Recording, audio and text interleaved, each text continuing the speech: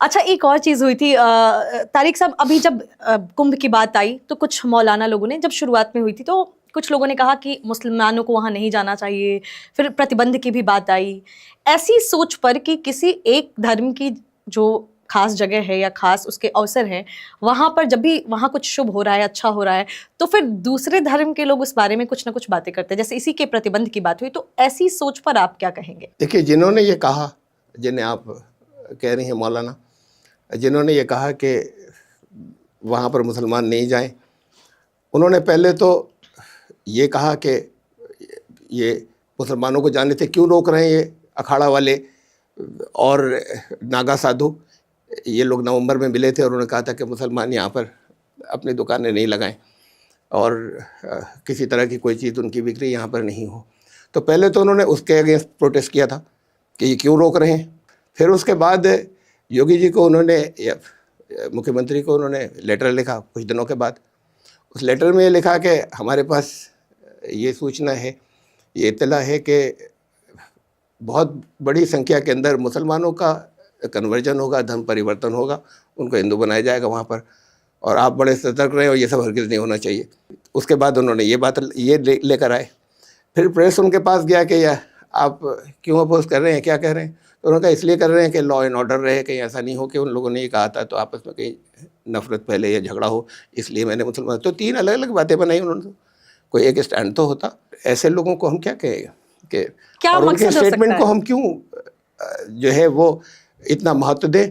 और सवाल ये है कि जब वो कंट्रोवर्शियल हो जाती है बात, एक बात कह रहे हैं फिर वो मौलाना भी हैं और दूसरी कह रहे हैं फिर तीसरी कह रहे हैं, तो उसको फिर मीडिया लेकर जो चलता है, तो मीडिया को भी इसी में इंटरेस्ट है कि ऐसे आदमी को पकड़े जो अलग अलग तरह तरह की बातें करते हैं और हम उसे दिखाएं। ये तो एक बात हुई। और ये दूसरी बात हुई कि उन्होंने, अगर वो सचमुच साधु हैं, साधु तो किसी से नफरत नहीं करता, साधु किसी के खिलाफ नहीं होता, उन्होंने क्यों ये कहा कि यहाँ पर नहीं आए मुसलमान, या मुसलमान यहाँ से कोई शॉप नहीं लगाएं, कोई दुकान नहीं लगाएं। तो ये समाज के अंदर हमारे टूटते रिश्तों की कहानी है, जो अब हम कहने लगे हैं कि ये अखाड़ों में आ गई या साधु संतों में आ गई।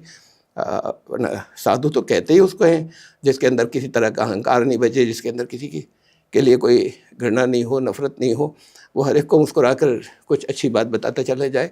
वो साधु कैसे, जिन्होंने ये सब बैठ के तय किया था, ठीक है किया था, तो अगर किया था तो मत जाओ भाई वहाँ, ये खुद से नहीं जाएं। अब कोई मौलाना कभी ये कहते हैं, कभी ये कहते हैं कि वहाँ पर हमें ये पता चला है कि मुसलमानों को कन्वर्ट किया जाएगा और उनको बहुत बड़ी संख्या में हिंदू बनाया जाएगा। ये उन्होंने मुख्यमंत्री को लिखा, पता नहीं सोच कह सकते हैं इसके पीछे की सोच सिर्फ यही है कि उनको लाइमलाइट में आना है। हाँ, किसी भी तरीके से, किसी भी तरीके से। अच्छा, एक और चीज़ है, जब ये ऐसी बातें आती हैं तो अक्सर जो है लोग ये कहते हैं कि धार्मिक लोग ही कहते हैं या फिर नॉर्मल लोगों के बीच में भी ये आ जाता है कि हम अपनी जगह पर क्यों आने दें, मक्का में भी तो हिंदुओं के जाने पर प्रतिबंध है, पाबंद है। क्या ऐसा है, सच में है? देखिए, अगर हो तो नहीं जाना चाहिए। मैं जनरल एक बात कह रहा हूँ कि मेरा घर है और मैं मना करूँ कि भाई यहाँ कौन कौन नहीं आए, घर के अंदर, सड़क पे तो, पब्लिक प्लेस में तो नहीं मना कर सकता, तो नहीं जाना चाहिए। अब ये पहली बात तो मैं उसे क्लियर करूं कि वहाँ पर नॉन मुस्लिम्स का या हिंदुओं का जाना माना नहीं है। जो ऑर्डर जो है वो ये है कि अब मुशरिकों को यहाँ पे मत आने देना, ये एक ईश्वर का पूजा स्थल है। तो ये नहीं है कि नॉन मुस्लिम्स नहीं हो, बहुत बड़ी संख्या में, पता नहीं मुशरिक समझते हैं? नहीं, एक बारी मैं चाहूँगी कि आप ज़रूर दर्शकों को बताइए कि क्या है ये। मुशरिक उसे कहते हैं कि जो एक ईश्वर की सत्ता में बहुत से और साजी भी बनाए, चाहे वो उसको वो चाहे फॉर्म या रूप की शक्ल में रखे, और चाहे वो उनकी सत्ता के अंदर मानता हो कि इनकी ये पावर है, इनकी ये पावर है। तो इस्लाम ये कहता है कि नहीं, एक ही सुपर पावर है, सब अलग अलग टकराती हुई पावर्स नहीं है। और कोई अगर काम करने वाले हैं दूसरे और नीचे, तो वो सब उसके तहत है, उसके अंडर में है। तो उसे शिर्क कहते हैं कि अगर उसके साथ में हम किसी दूसरी सत्ता को भी, यानी उसे तो माने लेकिन साथ में दूसरी सत्ताओं को भी जो है वो माने साथ में, तो इसे कहते हैं शिर्क। तो उन्होंने कहा कि वो अब एक ईश्वर का पवित्र मंदिर बना। अब वहाँ पर जो लोग शिर्क करते हैं वो आने के बाद वहाँ शिर्क करेंगे, तो फिर वहाँ की एक फ़िलॉसफी है, एक दर्शन है, सही गलत की हम अभी बात नहीं कर रहे। जी। ये हो सकता है कि कुछ लोग उसे ठीक ना समझें, वो तो चर्चा का विषय है और अच्छा है, चर्चा होनी चाहिए। लेकिन अगर ये दर्शन है कि यहाँ पर एक ईश्वर की, एक निराकार ईश्वर की उपासना होगी, तो जो माने वो हर कोई जा सकता है, ये तो है सिद्धांत। अब उसका सरकार ने ये तय किया, ये एडमिनिस्ट्रेटिव डिसीजन है कि सऊदी गवर्नमेंट ने ये तय किया कि नॉन मुस्लिम सारे शिरक करते हैं और मुसलमान कोई शिरक नहीं करता। अरे मुसलमानों में तो शायद बड़ी संख्या शिरक करती है, बहुत बड़ी संख्या, अरे शायद इनके बहुसंख्यक या इनकी मेजॉरिटी करती है। अब किसी के मुंह पर तो लिखा नहीं है, तो अब उन्होंने ये रूल बना दिया। तो नंबर एक बात तो ये कि मक्के के लिए नहीं था जी, बल्कि खाली उसके लिए था, मंदिर के लिए था या काबे के लिए था, मस्जिद हराम के लिए था, कि उसमें एंट्री जो है अब उनकी हो, सिर्फ जो एक ईश्वर की सत्ता को माने। इसमें कोई धर्म परिवर्तन नहीं आ रहा, इसमें यह नहीं आ रहा कि सिर्फ मुसलमान या नॉन मुस्लिम नहीं हो। एक ईश्वर को सिख मानते हैं, एक ईश्वर को आर्य समाजी मानते हैं, एक ईश्वर को बहुत बड़ी संख्या हिंदुओं की जो कहती है कि नहीं सिर्फ एक ही को हम एक निराकार को ही मानेंगे, और बहुत बड़ी संख्या में मुसलमान जो हैं वो शिरक करते हैं। तरह तरह के शिरक है, शिरक की बहुत से किस्में, एक अलग वो विषय हो जाएगा, अलग टॉपिक हो जाएगा, उसकी मैं बात नहीं कर रहा। तो उनको भी रोका जाए, फिर उनको नहीं जाने दिया जाए, उसकी पवित्रता की बात हो।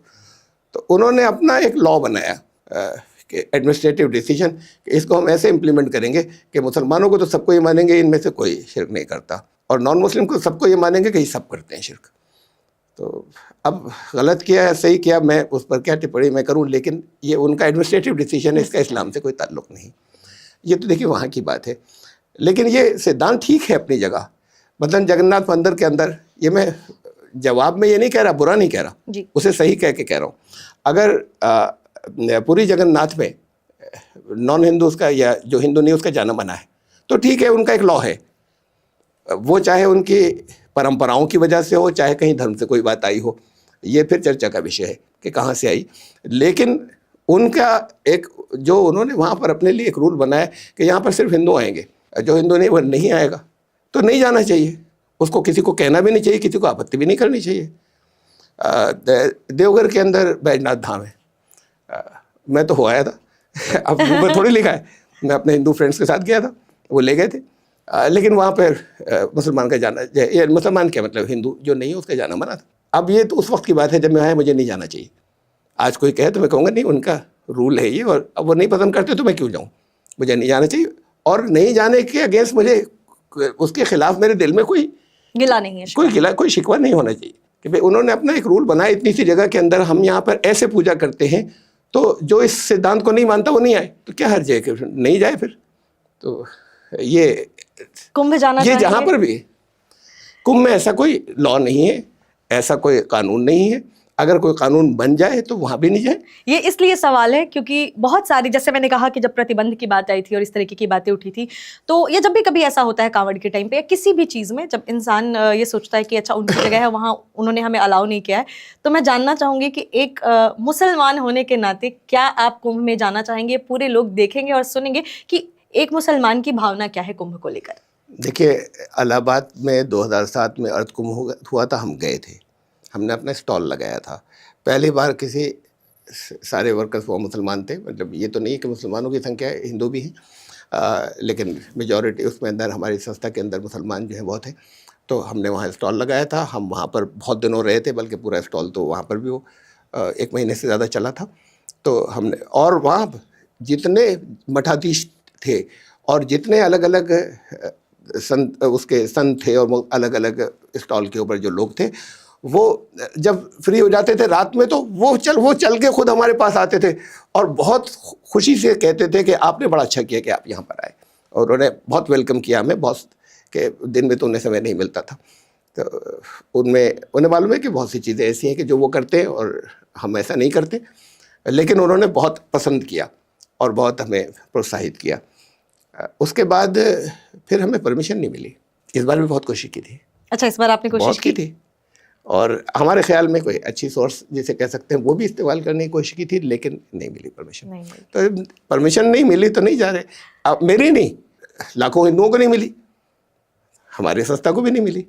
तो बात ये नहीं है कि मुसलमान होने की वजह से नहीं मिली, हमारे दिल में ये नहीं है। शायद ये योगी जी तक वीडियो पहुंचे, तो क्या आप कहना चाहेंगे उनसे, किस तरीके की चीजों में क्या एक आप उनसे क्या कहना चाहेंगे कि जैसे नहीं जाने दिया गया, तो उनसे कुछ आपका अगर जैसे कहना चाहें कि इस तरीके की चीजों में अलाउ किया जाना चाहिए, जो भी कुछ भी अगर आप उनको कहना चाहें। हाँ, पहले तो ये, और उसके बाद फिर एक और साथ में इससे संबंधित बात कि हम ये इतने, जैसे मैंने शुरू में कहा, सकारात्मक कामों के लिए उस जगह को इस्तेमाल करें। जैसा कि अभी कई बार मोहन भागवत जी कह चुके, माननीय मोहन भागवत जी, बल्कि अभी 2 बार तो मैं खुद भी उनसे मिलने के लिए गया था, उनके कार्यक्रम में उन्होंने बुलवाया था, मतलब उन्होंने तो नहीं, लेकिन जो ऑर्गेनाइजर्स थे उन्होंने बुलाया था अभी पुणे में 2-3 महीने पहले, तो वहाँ पे भी मैं गया था, मुलाकात भी हुई थी। तो वो कहते रहे हैं लगातार क्या सबको साथ लेकर चलना है, इंक्लूसिवनेस चाहिए हमें। भारत विश्व गुरु नहीं बनेगा अगर सब साथ में नहीं हुए। तो हमारा उद्देश्य क्या है? हमारा उद्देश्य सत्ता में रहना है, या हमारा उद्देश्य जो है वो लोग अलग अलग हो जाए, मैं ये नहीं कह रहा वो कर रहे हैं, बल्कि हमारा उद्देश्य ये है कि सब लोग मोहब्बत के साथ में रहें। इसकी 3 स्टेप्स हैं, ये सब चीज़ें साथ में हैं, ये एक साथ चलती हैं ये, और हमारे तो स्लोगन्स में है वर्क के ये सब चीज़ें कि यहाँ देखिए, भारत जो है पहले सतयुग आएगा, या और पहले भारत में आएगा, सतयुग आएगा जब भी आए। ऐसे नहीं होगा एक दिन हम सोकर उठे तो आज सतयुग शुरू हो गया, हम लाएंगे। तो पहली चीज़ तो ये है कि हमें सत्य पर आना होगा, हर तरह के झूठ से बचना होगा, अपने वैचारिक जीवन के अंदर भी और अपने व्यवहारिक जीवन के अंदर भी। भौतिकता में हर तरह का झूठ को पहले हटाना होगा, नहीं तो कैसे सतयुग आएगा? हम नाम लेते रहे खाली। पहले यहाँ सतयुग स्थापित होगा, फिर सतयुग आएगा, फिर उसके बाद सतयुग की वजह से यहाँ रामराज्य आएगा। रामराज्य क्या था? रामराज्य को तो उन्होंने कहा, तुलसीदास जी ने, कि रामराज्य वो होगा जिसके अंदर दैविक भौतिक दैविक, तीसरा क्या था, तापा राम राज नहीं काहू ही व्यापा। ये किसी भी तरह के जो कष्ट है, तकलीफ़ें हैं, चाहे वो मानसिक हों और चाहे वो दैविक आपदाएं हों, ये सतयुग में नहीं होते। तो पहली चीज़ तो ये भौतिक भी किसी तरह का कष्ट नहीं होता। तो हमारी हेल्थ की प्रायोरिटी हो, हेल्थ पर हम बहुत कम खर्च करते हैं हमारे, तो इसको हम देखा सतयुग में ये होगा, इसलिए कि कोई बीमारी नहीं होगा, कोई रोगी नहीं होगा। फिर सब नर करहि परस्पर प्रीति, सब में आपस में खाली इतना नहीं कि द्वेष नहीं होगा, मोहब्बत होगी, प्रेम होगा। और फिर आखिरी बात उसके अंदर, यानी ये बढ़ती जा रही है आगे, और चलहि निरत श्रुति नीति, और श्रुति के ऊपर सारे लोग जो हैं वो इकट्ठे हो जाएंगे, जो कुछ भी करेंगे वो श्रुति के हिसाब से करेंगे।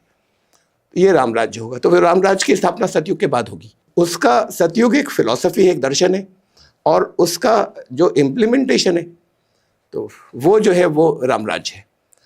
तो फिर ये मॉडल बनेगा ना। हम अपने मुंह से कहते रहे हम विश्वगुरु हैं, हम विश्वगुरु हैं। विश्वगुरु अगर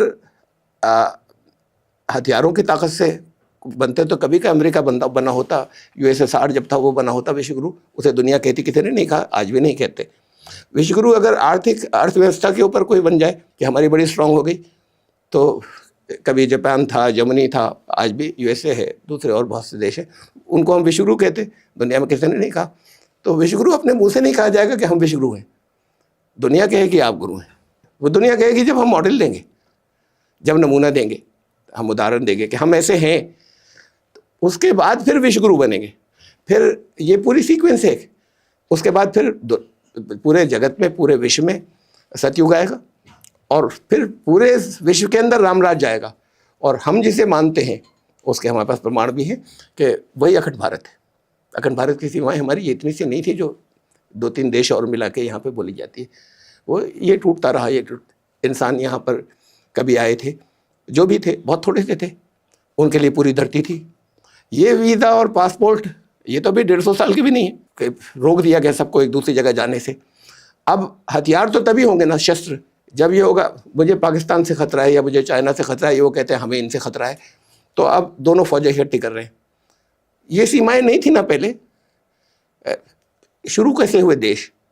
ये कब्जे से शुरू हुए। शुरू में जब थोड़े से लोग थे, सब जगह रहते थे, खाते पीते थे। फिर उन्होंने, जिसके पास ताकत ज़्यादा थी, उन्होंने कुछ दूसरे इलाकों में जाकर कब्जा किया और उन्होंने कहा ये हमारा, हम इसके राजा हैं या नवाब हैं या किंग हैं, ये हमारा। ऐसे जगह जगह जो जिनके पास ताकत थी उन्होंने कब्जे किए, फिर आपस में लड़ना शुरू किया और बढ़ जाए मेरा। तो इसमें हर जगह पर लालच ही लालच है, ग्रीड ही ग्रीड है, स्वार्थ ही स्वार्थ है। और फिर अपनी फ़ौजें हैं। अगर आज बॉर्डर ख़त्म हो जाए तो अफ्रीका के गरीब लोग अगर जाते हैं तो क्यों नहीं चले जाएं वहाँ पर जहाँ पर उनके पास सरप्लस है और जहाँ वो लोग फेंकते हैं और समुद्र में बहाते हैं। अगर वहाँ चले जाएं तो क्या है, यहाँ पर भूख से मर रहे हैं सारे। तो ये था सब कुछ। ये तो अभी 150 साल में ये सारा सिस्टम ऐसा बना दिया गया। नेशंस तो बन चुकी थी, मुल्क बन चुके थे देश, लेकिन एक दूसरी जगह जाना किसी को रोक टोक नहीं थी। ये 150 साल से ये भी शुरू हो गया। तो हम घेरते चले जा रहे हैं। अगर ये सीमाएं टूट जाएं, हाँ, उसके लिए ये हो सकता है एडमिनिस्ट्रेटिव रीजन्स हो, जैसे हमारे देश के अंदर प्रदेश होते हैं। तो ये अगर सीमाएं टूट जाएं तो हमें फिर सेना की ज़रूरत नहीं है, हमें हथियारों की ज़रूरत नहीं है, किससे लड़ना है। तो फिर वो सारा खर्च जो है वो इंसानों के लिए इस्तेमाल हो, वो होगा अखंड भारत, सतयुग आएगा ना, राम राज्य होगा ना, पूरे विश्व में होगा। लेकिन उसकी शुरुआत यहाँ से होगी, और यहाँ से होगी नहीं, हमें करनी होगी। उसके लिए कितना बड़ा प्लेटफॉर्म है कि हम इसको लेकर आपस में मोहब्बत के साथ में सब जगह फैल जाए, यहाँ आए और यहाँ से फैल जाए सारी दुनिया में। आपसे बात करना हमेशा इसीलिए खास होता है क्योंकि आप बात करते हैं कंपैशन की। बहुत सारे लोग ऐसे हैं जो धर्म में अभी भी घुसे हुए हैं, बहुत सारी अलग तरीके की नेगेटिव चीज़ें बात करते हैं, लेकिन आप बात करते हैं प्यार मोहब्बत की। आप हर धर्म को उतनी ही इज्जत देते हैं। आपने जिस तरीके से सतयुग समझाया, मुझे लगता है बहुत सारे लोगों को, हिंदुओं को ये जानकारी नहीं होगी। अब आती हूँ मैं इस्लाम में।